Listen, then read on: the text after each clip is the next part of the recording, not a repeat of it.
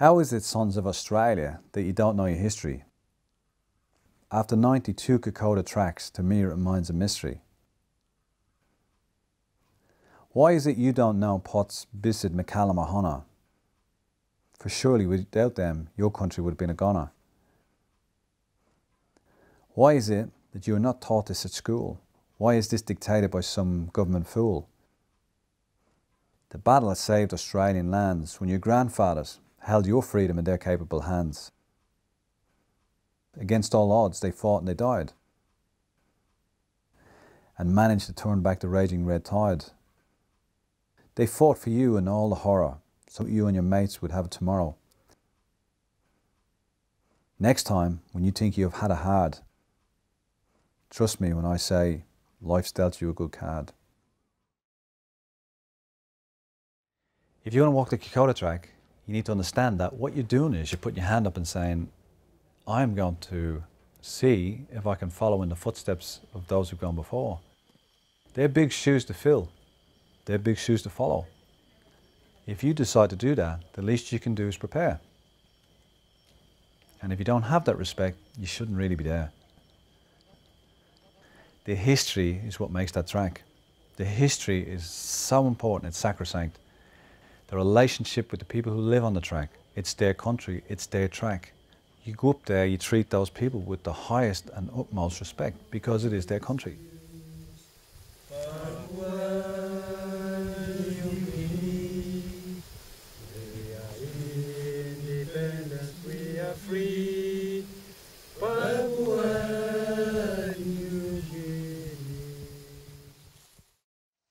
So if you're going to do the Kokoda track, 96 k's in the jungle, environment that you've never seen before in your life, and terrain that you've probably never seen before, in conditions that you've probably never seen before either, you need to prepare for it.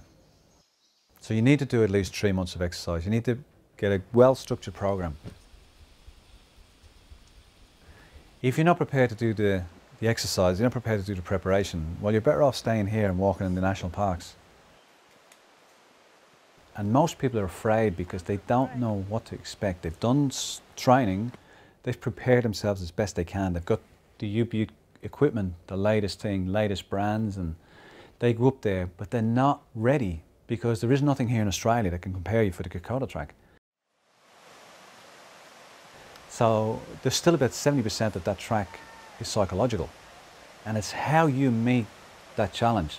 So you can prepare yourself, I reckon, to about 90% if possible, but it's how you meet the challenge of that extra 10%. And you've got to dig deep, and you've got to learn how to back yourself. And see, with the Kokoda track, it's like the onion, and it peels people back to their core instincts. And they learn to dig deep. And they become resilient at the end of it because of it. In regards to their expectation, the expectation is that I'm going to this land, I'm going to meet this native people, I'm going to hear about the history. But to actually put it in context to the reality of it, I don't think you can do that.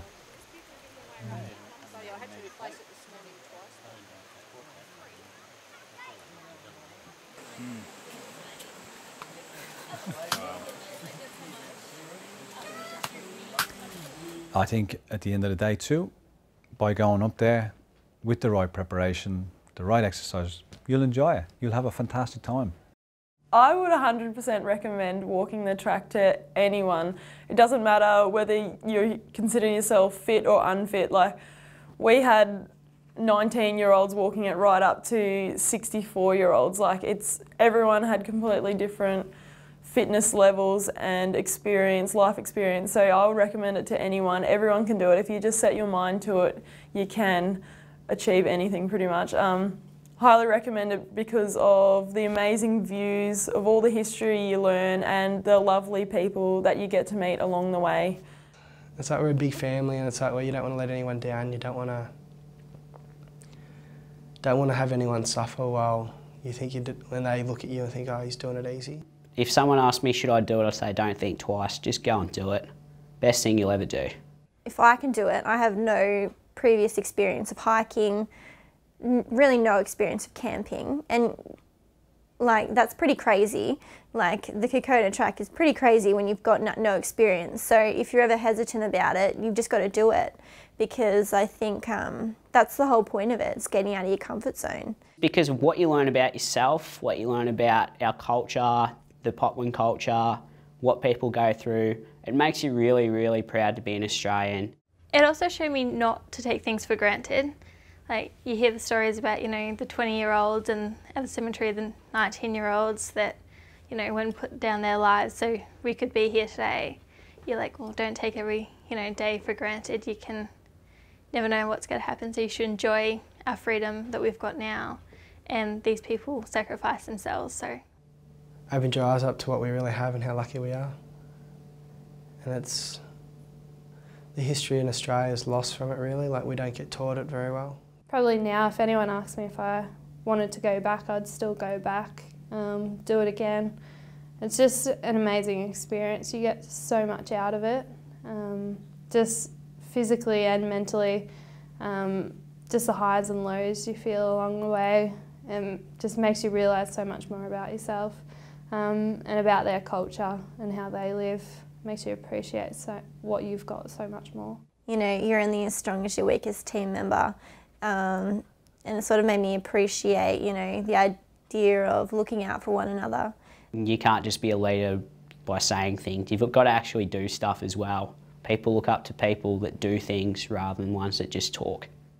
If I talk to anyone about Kokoda, I say that I always try and talk about the legends first rather than my struggle or what I had for tea every night or how much I hated tuna. Like, that's not, you know, all that stuff's not it is irrelevant, you know. I always tried to ensure that I think my pa, if he was still alive, he would have been thankful, and that's what I want to do. I want to be thankful to what they did, and I think we owe it to them, to all the Aussie diggers and the Fuzzy Wuzzies as well, to honour that connection and keep it going. There's two things that connect everybody who took part in this year's Kokoda Trek. And the first is that we either work or study at Fed Uni. And that connects us, that's the common thread. And the second is the freedom that is afforded us by those that fought and lost their lives. 3,500 people lost their lives on the Kokoda Trek.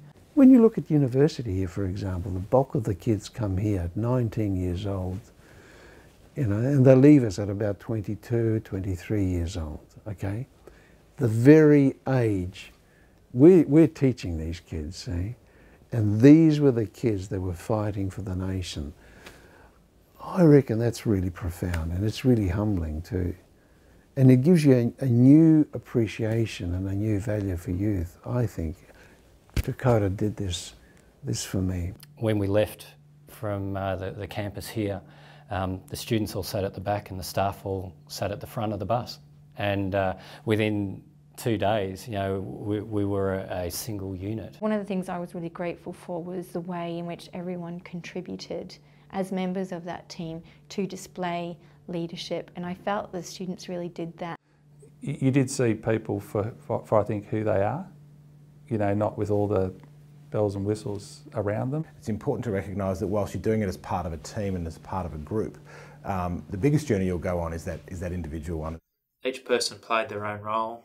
The students with their sing-alongs and getting everyone up and about. Particularly the students, I was really impressed with them. You know, all very different characters, but all had some wonderful attributes that shine up on various, you know, different spaces along the way. I think this was benefited tenfold by having the students there. I'd be surprised if anybody felt that having the students or the students found having the staff detracted from the experience in any way, shape or form.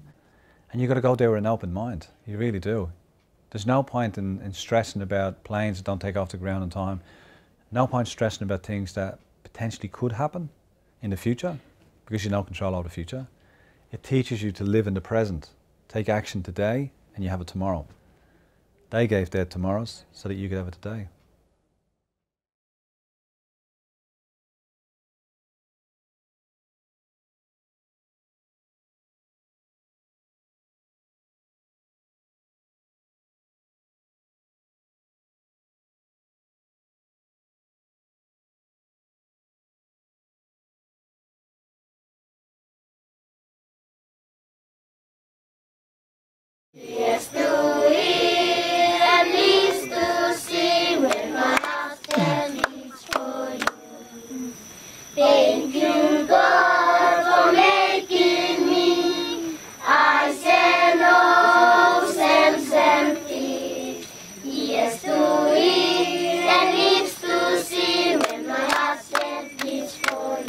Oh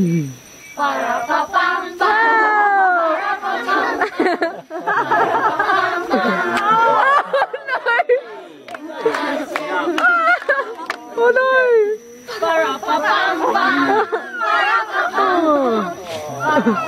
Oh no!